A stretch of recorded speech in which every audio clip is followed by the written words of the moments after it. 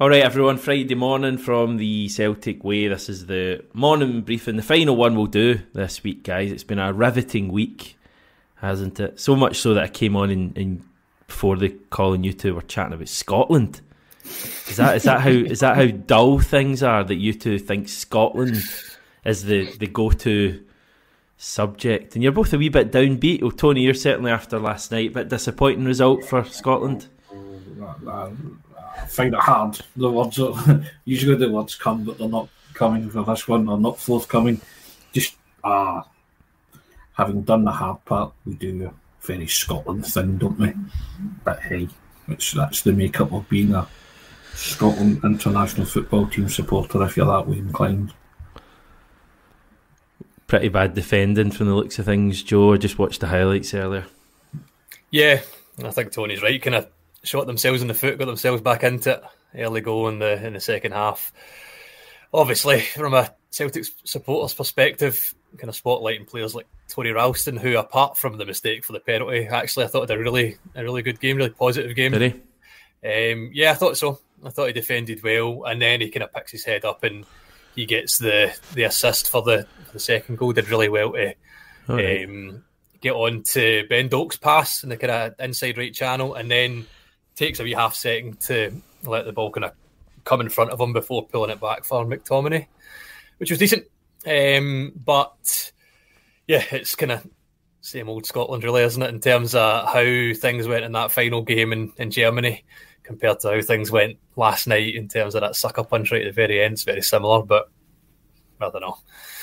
And just my big worry in Germany was that Callum McGregor came back unscathed, and that's no longer a worry for me as a looking through the kind of Celtic lens. So, yeah, is what it is for me. Yeah, David bringing up something I was going to actually bring up. I don't know if David is an Aussie, but Australia lost last night to Bahrain at home, so it could be worse. One of the worst results, I think, in Australian football history, and they've been doing quite well up until that point. Did Scotland miss Callum McGregor last night, Tony, and do you think they will going forward? Of course, that's a stupid question, isn't it? Of course you'd miss Callum McGregor, but how much did they miss Callum McGregor? Yes and yes is the answer to that whole kind of coveted question. But yeah, they missed him. Of course they missed him.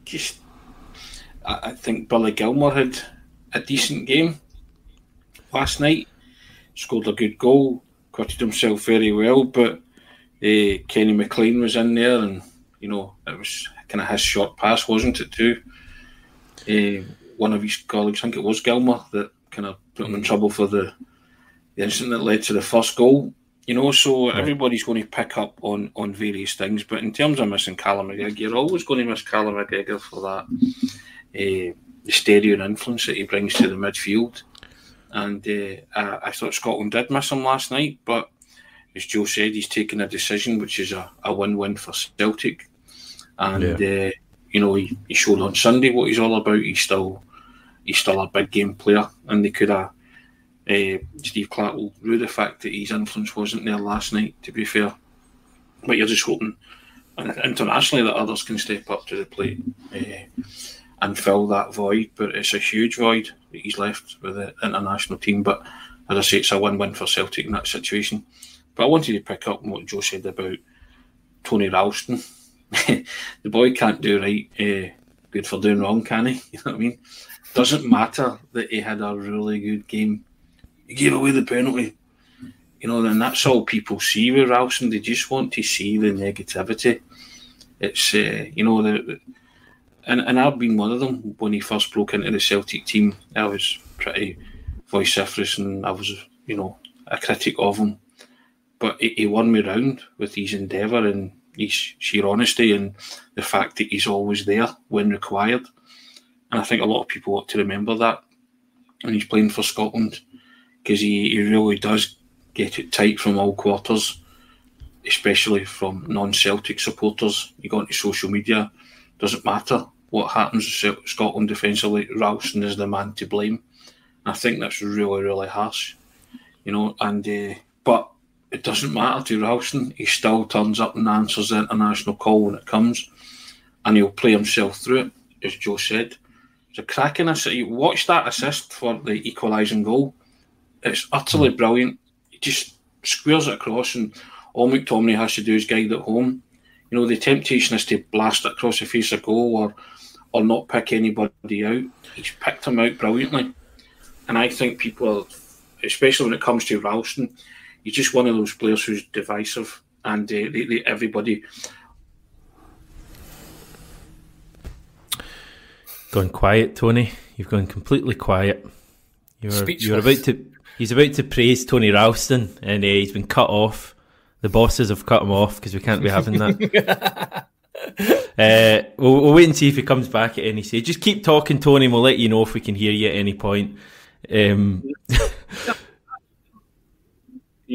coming and going. You can hear you now. Yeah. I don't know what's happening. But I was praising the Bricky, and obviously some divine intervention came in and said, no, that's not happening. But I'd like to praise him and say he did very well last night, the penalty incident apart. Yeah.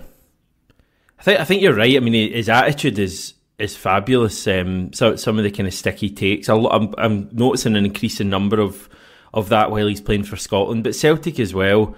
Listen, he's for me, I think we probably all agree he's not a first team starter. I think Alistair Johnston's a better player, but Ralston 100% has his role, and we'll see that. I think as I've said continually this week, I think this next period you're going to be seeing a lot of rotation, and I think Anthony Ralston's one of the players you're going to be seeing a fair bit. I don't know what Alistair Johnston thinks about that, because he strikes me as the kind of guy like McGregor that just wants to play every game. We'll come on to Alistair Johnston because there's a bit of chat about him. He's done I think a podcast appearance in Canada. Dyson Maeda continued his hot streak, scored yesterday. I think China they were playing. Completely thumped them. I saw the goal, Joe. It was kind of back post, ghosting in, you could say, and finishing well. Yeah, it's a Dyson Maeda goal, isn't it? I know to roll out the cliche, but he just gets himself in positions that so many players can't. You know, with barely, with no head start, gets himself right into the back post, and it's a really good finish. And then he appeared to have the clip I saw was on social media, and it was a bit grainy, but it appeared to have silver hair. Seems to have changed it again. I tell you something about Dyson Maeda, right? And I can't be the only bald man saying this. For long enough, I thought he was bald, and then I thought, has he got a hairline? Is he choosing to be bald? And now look at him, just showing off with his blonde hair and his silver hair. But fantastic goal, and a typical Dyson goal. Just in at the back, defender can't do anything with that burst of pace, explosive, and just gets himself onto it. And I would love to see a bit more of that from Celtic, getting those kind of diagonal balls right in at the back post, which I think we're more likely to see under a Brendan Rodgers side than possibly an Ange Postecoglou side, which obviously is the side that Maeda came into Celtic. But great to see an international duty. One last thing about Ralston, I'm sure we'll move on from Scotland, but I just think, and people in the comments can correct me if I'm wrong, but I think it was something like 100 minutes or something, if that, between Ralston obviously having not played that much at all over the course of the season so far, and being thrown into Scotland, you know, into these games that a lot of people were saying was must win after Germany to get the nation back on side and get a head start in the Nations League. To be match fit, it's obviously impossible for these guys, and to be ready, okay, he makes a mistake for the penalty, but that aside, just to echo Tony, I thought he handled himself really well, and it's easy to forget that these guys aren't playing week in, week out. Okay, they're training, Anthony Ralston in particular is training with the best team in the country, but you know, not having match time as well, I thought he did superbly well. Yeah. No, I agree with that. I don't think you can fault his attitude, his application, and the way he deals with all of that stuff, Tony Ralston. And listen, he's playing for Scotland. And he's a kind of big part of what we're doing at Celtic as well, and that wasn't the case a number of years ago, so he's done very well. Kasper Schmeichel kept a clean sheet. Denmark beat Switzerland 2-0, a couple of late goals there, so confidence booster. I know. Do you think he had a save to make? Kasper Schmeichel's loving life at the minute, isn't he? He's just gone from a guy who is, you know, a bit forgotten, you know, out of sight, out of mind, to like thrust right into the spotlight, loving life, keeping clean sheets for Celtic, keeping clean sheets in Glasgow derbies, clean sheets at international level. And there's a huger spotlight on him again now. and he's going to go into that Champions League, and hope he can replicate that domestic for him and on that stage. But no wonder he phoned Joe Hart and said, "What do you think?" It's just like, get yourself there, young man. And another thing that came out on Sunday was the footage of Joe Hart in the tunnel with the players. Oh, brilliant! Cheering them up. I mean, that's absolutely priceless for me. Just when you say to yourself, he looks as if he could still play, Joe, but clearly made that decision. I don't know who it was, but somebody put their head into his shoulder as they walked out, and I just thought, brilliant mark of respect, and just the guy clearly had a wonderful impression on those Celtic players, and I said before, they're one of the best non-paying ambassadors you'll have for the club, because you'll just talk the club up at every turn, and that footage was great. People were saying, "What's he doing in there?" He was winged, and supporters from the other side of the city up saying, "What's he doing in there?" And you're thinking, why not? Stadium. If Joe Hart's got the Triple A, you know what I mean? And I just thought it was a brilliant bit of footage, and that's access all areas for those that don't know what the Triple A is. But I just thought it was a brilliant piece of footage, and well done Celtic for putting it out to show the influence that he still has, and the fact that he's not forgotten, despite the fact that everybody's saying Kasper Schmeichel is the U word, an upgrade. I just think people, and it was great to see him, and I certainly, as a Celtic supporter, I won't forget the contribution that Joe Hart made to the club at a real critical juncture. Yeah, I loved it. He was going, get into them. Come on, guys, this is it. And I think it was Palma was one of the guys, Ralston was another one of the guys, and then he got to, I think it was Alex Valle at the end. You could see his tone just changing. He basically went, "Hi, I'm Joe Hart. Nice to meet you." I just thought that was genius. But it must have had an effect, and clearly someone. Either Joe Hart said, and I doubt this is the case, Joe Hart's maybe said, "Oh, I want to go down and give them a bit of a boost." But I reckon someone's maybe said, Brendan Rodgers maybe said, just get him down here, and because it might just... Because I think the whole... And that's a wider topic we can discuss. I think the whole Joe Hart retirement story from last season was massive for the team. Like, I think it was a real... vehicle that got the team together and fighting for one cause when things were really difficult. When Joe Hart announced his retirement, things were really struggling, and I know there's lots of reasons for why we got our stuff together and finished the season so well, but I genuinely think the Joe Hart story and having him end on the high that he did was a huge motivating factor, and I think arguably you maybe still see it in a weird way going forward, because I think the team are really united now.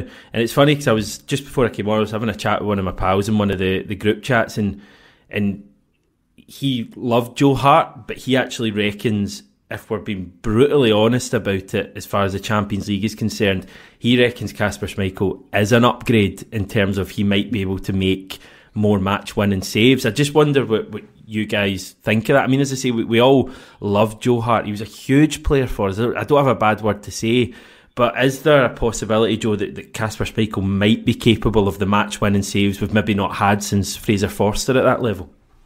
It's funny you mentioned Fraser Forster, because I was just about to mention him myself. That save that Kasper Schmeichel made on Sunday in the 94th minute against... who was it? A Rangers player. Wasn't it? McCausland, it was McCausland, yeah, it slipped my mind there. And that signature, spreading himself wide, Artur Boruc, Fraser Forster, wide frame, narrowing the angle. Not that Joe Hart, obviously, his credentials speak for themselves, and fantastic goalkeeper, legacy goalkeeper. But that Schmeichel-esque frame, even going back to his father's days, that's a big moment, big save.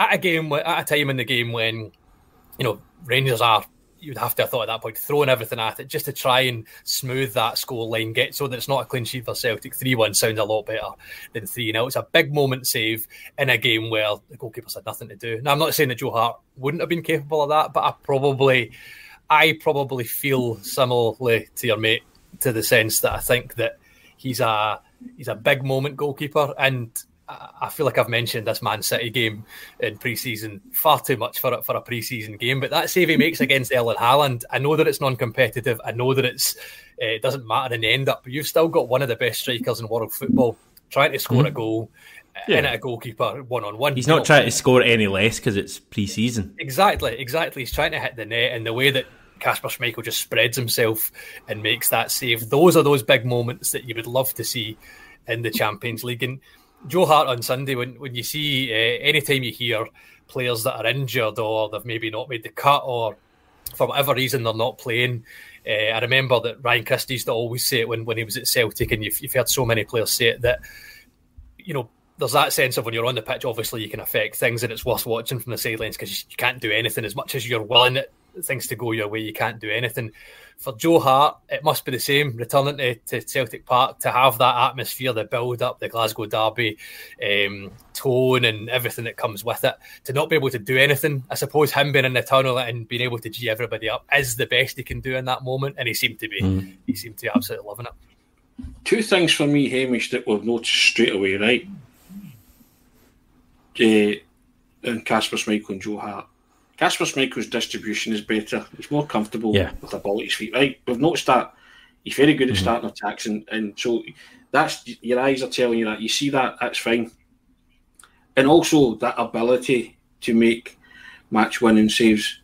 I think Joe Hart called time on his career at the right time. I know Kasper's a similar age, but you just have, we spoke to Callum McGregor recently, and he says this is a guy that hates conceding goals in training. Now, it's easy for that late in the game and for McCausland to score that, yet Kasper Schmeichel was doing what his dad always did, made himself big, Fraser Forster, Arthur Boric. No, because he knew it was late in the game, and that would have ruined his game. See if McCausland had scored, that would have been a real dampener for Kasper Schmeichel, right? Yeah. Might have been something to cling to for Rangers as well, and the gap's not that big type thing. No, they're not even getting a consolation because I'm going to do my bit. I'm not going to go to sleep in the last minute or a lack of concentration, which sometimes was levelled at Joe Hart. There was concentration levels, sometimes switching off or not being best positioned, and I'm not having a go. This was just, constructive criticisms or observations about Joe Hart in goal, and that's fine. But I think moving forward and getting into the Champions League, Celtic fans feel there's something about that they felt safe when Joe Hart was in goal as well, but I think they feel safer now that Kasper's there. There's that added layer of safety that I think they're really confident, and they're also confident in the fact that Kasper Schmeichel, when called upon, will produce those match-winning saves, and also his distribution will help us moving forward. So that's what impressed me most about Kasper on Sunday, that he just didn't want to give anything away, and that was it's probably a routine save to him, but it still looks very, very impressive. Good save. Watching on, and he'll say, and he'll go all Roy Keane on it and say, "That's my job. That's what I do. Don't praise me for making a save that I know I should make." Which I like. That's what I like about guys like that as well. I just think it's a really interesting point, because generally I think we've looked at the squad now after the window compared to before the window, and generally people go, right, Joe Hart left, we've replaced him like for like kind of idea, Kasper Schmeichel, and I repeat, love Joe Hart. I just wonder if maybe we're underestimating, we've maybe upgraded a little bit. Now, there was a good comment we got in there that I wanted to bring up, and I actually agree with this from Pete. Kasper may be technically a bit better than Big Joe, but I can't ever see a time when Kasper will have the influence on other players on and off the park that Joe had. Now, Kasper Schmeichel is still a big personality, no doubt about that. He's going to be a big personality in that dressing room. But I do agree with Pete. I don't think he's going to have the same, the exact same influence, as big an influence as Joe Hart. Joe Hart was like a huge personality in there. I just think that Kasper Schmeichel might be down slightly. It may be that Celtic don't maybe need that big personality that we did at the time when Joe Hart came in and we were in a tough place. But it may be that Schmeichel can offer us more in the Champions League. You look at whenever we've had good Champions League campaigns, guys, and we've virtually always had a top goalkeeper making top saves. Arthur Boric, Fraser Forster, you need that. And I'm praying that when we need him, Kasper Schmeichel can be that guy, because we are going to need him, you know, in these games when we go up against top teams. Brown Warrior just pointing out, better to go out on top and a hero than making mistakes and hailed as a zero. Big Joe called it spot on. As I think, as we all say, not a bad word to say about Joe Hart. What a guy. He'll be remembered so fondly. Any other points on that, guys, or do you want to move on to Alistair Johnston? I'm all good. Yeah, I think we've praised both keepers well there. Yeah, silence is deafening there. Did you see the Alistair Johnston stuff? He did a podcast interview in Canada. He's always a joy to listen to, isn't he, Alistair Johnston? You could listen to him speak for ages. Yeah. He doesn't leave you empty-handed, Hamish. No. Let's put it that way. And sometimes, you know, when he sits down, you're strapping yourself in for an epic. So the last time we spoke to him, we talked about Nicholas Kuhn being a peacock. I mean, what footballer says things like that?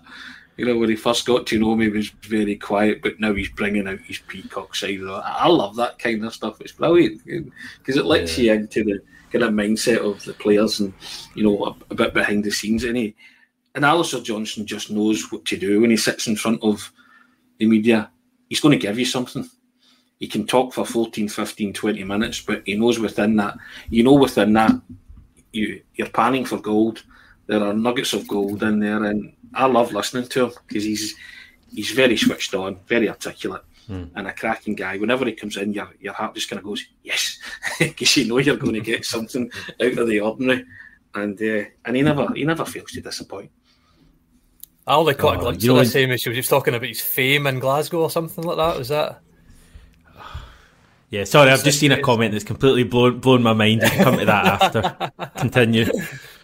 No, I only caught a glimpse of this, the Alistair Johnston stuff. You need to catch us up. It was talking about his fame in Glasgow and how it was mental or something like that in this podcast. Yeah.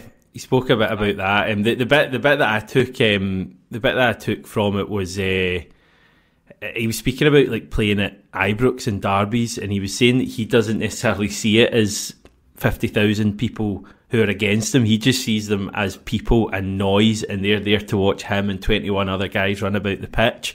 And I thought that was just a really interesting way to put it. And he spoke about, you know, making his debut at Ibrox and when he found out, and the fact that he found out, I think, maybe a day before Ange Postecoglou told him, but then the rest of the team didn't know until the team was announced before the game, and Josip Juranovic didn't even know at that stage. And Johnson was saying he suddenly felt this real pressure to perform. The comment that blew my mind is Brown Warrior saying he's a happy wee soul. Can he watch him without thinking Tiger Woods? And now anytime I see Alistair Johnston, because he's got the same kind of smile, doesn't he, and the kind of the dimples and all of that stuff. So the same look in his face, and probably the same accent as well. He's probably cracking at golf too. Remember Henrik Larsson got a hole-in-one at the Celtic Golf Day, and all the players were sick because it was like, there's nothing this guy can't do, you know what I mean? They were just like, of all players to get a hole-in-one, Henrik Larsson gets a hole-in-one at Celtic Charity Golf Day. They're just like, not give the limelight to somebody else, can somebody else not just have something, you know? So I guess Alistair Johnston strikes me as a good all-rounder, because he was very good at ice hockey growing up, wasn't he? Or he certainly played it to. He spoke about that as well. Yeah, he played to a decent level. Obviously, a great footballer, and probably tried his hand at the likes of golf and American football as well. So it wouldn't surprise me if he was very good at everything. But he just comes across again, another one like Matt O'Reilly, who I think represents your club in the finest way possible, on and off the park. You like to hear them speak, because they're very interesting, and they let you in. They give you an insight into what makes them tick, and they share things that probably a lot of footballers or more guarded footballers wouldn't. And that's what I like. They seem to be fairly open books, and they're loving life. They're loving playing for Celtic. They're loving being successful. They're loving winning matches. They're loving winning silverware. They're loving the fact that they're playing at the highest level, or the elite level of club football. So these guys are happy. And I've said before, they will get more money elsewhere. And Brendan Rodgers has said that. but you don't have to leave Celtic. And some people are content with playing for Celtic and being, a big fish in Celtic's pond. And Alistair Johnston. Silenced again. Too much gushing. Fresh life, unlike me, technology. Yeah. I think Liam Scales is probably another guy, funnily enough, who is really good to listen to. And he's had some good quotes out you might be seeing this morning, everyone, about the Republic of Ireland England game. Is that tomorrow? And speaking about, has anyone ever gone from Celtic Rangers to Republic of Ireland v England, and hoping that it goes as well for him. And he's one who kind of gives a bit away when he speaks as well, and just seems like a great guy. It's the international break, so it's probably a good time for me just to throw in a bit of a question or a statement and let you to discuss it. And it's based off this from Son of Scotland. I loved wee Fireball, Josip Juranovic, but I honestly think AJ is a better player and talker. And I was thinking after Sunday's game, Alistair Johnston might be the best right back we've seen at Celtic for 20 years. I mean, I think probably a lot of people would have Jackie McNamara up there, but he'd be longer than 20 years ago. Maybe Andreas Hinkle would be mentioned by some, but Juranovic possibly. But for me, Alistair Johnston, best Celtic right back of the last 20 years. Who's that? Paul Telfer. Is that a serious comment? 16. Who's a big fan of golf, apparently, more than... He was a good golfer. Apparently liked golf more than football. I don't think it's a controversial take. Lustig is probably an example of a player for a lot of Celtic fans that stayed a season too long, maybe. People are saying about Joe Hart retiring at the right time. I think that Lustig had reached an age where he wasn't as clinical in that position in a Brendan Rodgers side. I don't feel like that's a controversial opinion. He did seem a little bit slower in that last season, but I think the thing about Alistair Johnston, which would certainly lend credence to that opinion, is that I don't think we've anywhere near seen the best of him yet, which is brilliant. What a position to be in. Argument to be made that for me, and maybe it's the nostalgia getting in the roads. Like Jackie Mac's best football was towards the end at Celtic for me. I mean, I watched him through the 90s, but post Seville when he really came in and was bossing things and wearing the armband and things like that. But yeah, I think that's. I don't think it's unreasonable. Jeremy Frimpong's just been raised by someone, so that might be a good shout as well. Lots of people that remember him, like Didier Agat. Didier was terrific. Didier was converted from a striker to right back by Martin O'Neill, and he paced the burn and he was electric. The one thing that sometimes let him down was his delivery. But I always think, you're always going to compare like for like, aren't you? Especially when players playing in the same position. But I'm just enjoying watching Johnston, the way he's came in and slotted into the team seamlessly. I mean, it's as if he's been there for years and years and years. And, he just embraced it right away, didn't he? He got on with it and won the treble within months, didn't he? 4 months to come and he bagged the treble. And you think, he's probably thinking, this is great, I love this. But whenever he spoke, you just got the feeling that, the Celtic fans just latched onto him straight away. And partly, a lot to do with it was the fact that he had that really good game at Ibrox in his debut, or he did a decent game. He's great. Yeah, and people just unfazed. Thought, correct. People thought, this guy will do.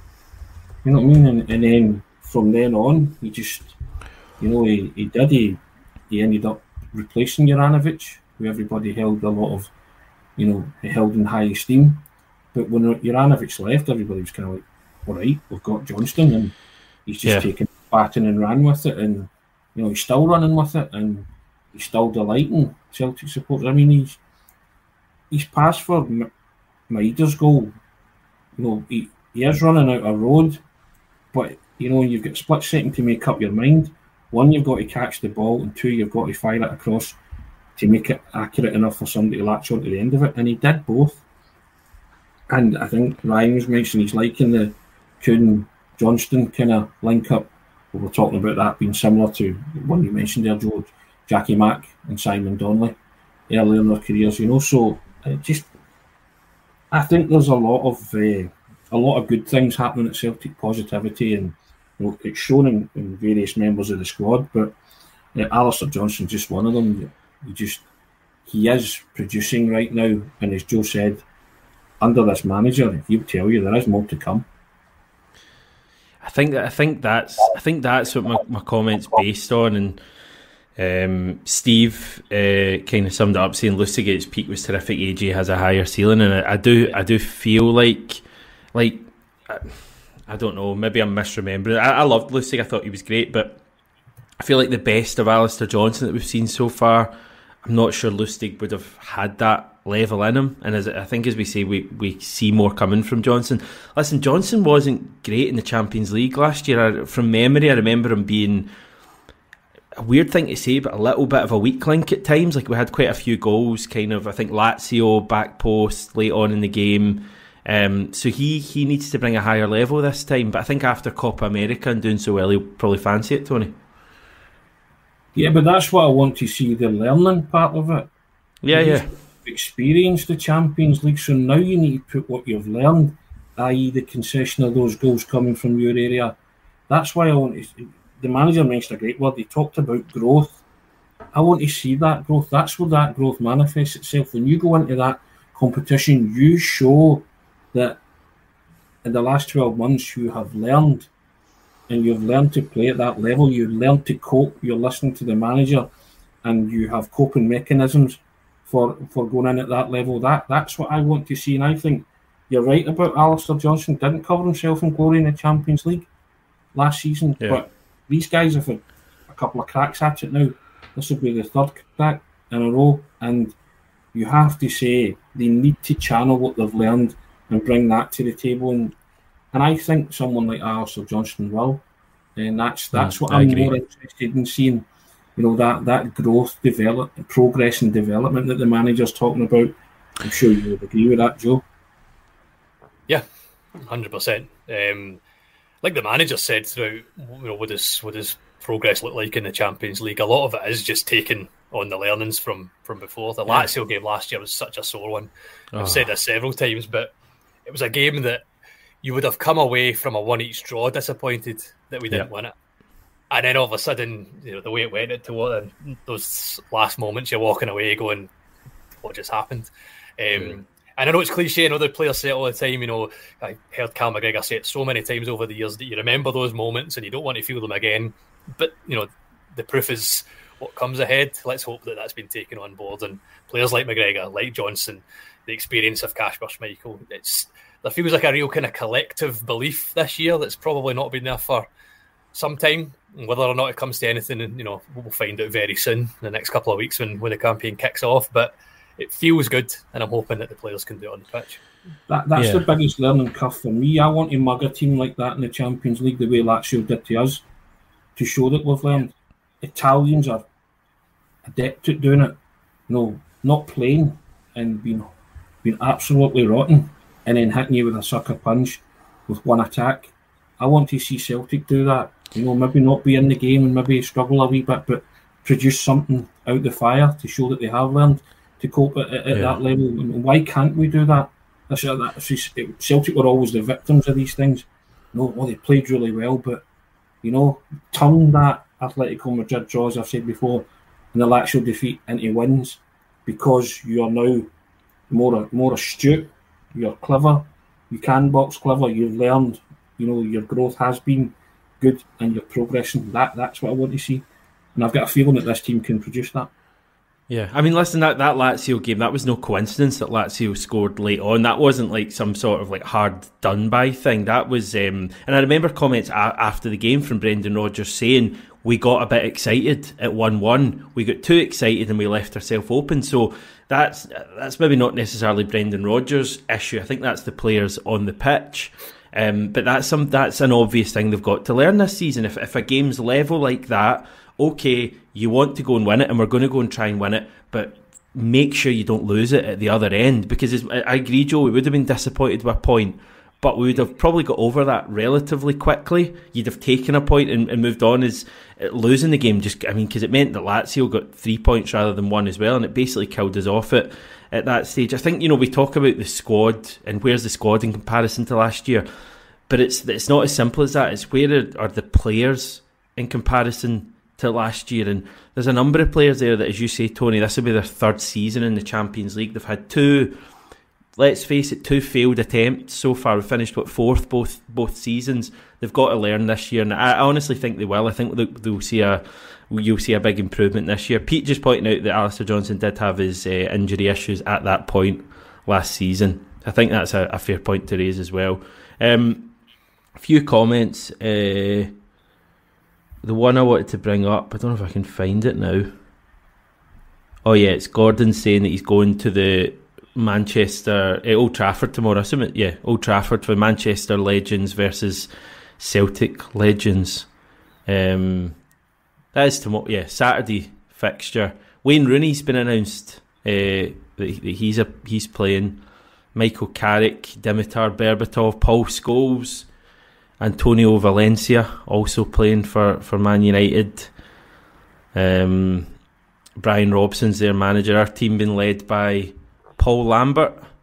So we've got Boric, Zaluska, Izagiri, O'Day, McManus, Lustig, Ambrose, Wilson, Scott Brown, Petrov, Ledley, Hayes, Mulgrew, Robson, Venegar of Hesselink, Donnelly, Hooper, and Samaras. Not bad, guys. Not bad. I remember chatting to Tony Hamilton from the Celtic Foundation. He was saying basically we're taking these games seriously now. Obviously charity's still the main reason we do them, but apparently the days of celebs playing in these games and players in their late 50s playing in these games are over. Like, Celtic are taking these charity games more seriously. So it should be a good one down at Old Trafford, Joe. Yeah, I think the part of the nostalgia that drives these things as well, but I prefer to see ex-players see how they're kind of shaping up, and it's always interesting to see who's still got it. I remember Henrik over the years doing these charity games when he was in his early 40s and thinking maybe what that had been, maybe 2011, 12, and thinking he probably could still do something in the Scottish Premiership, squad player.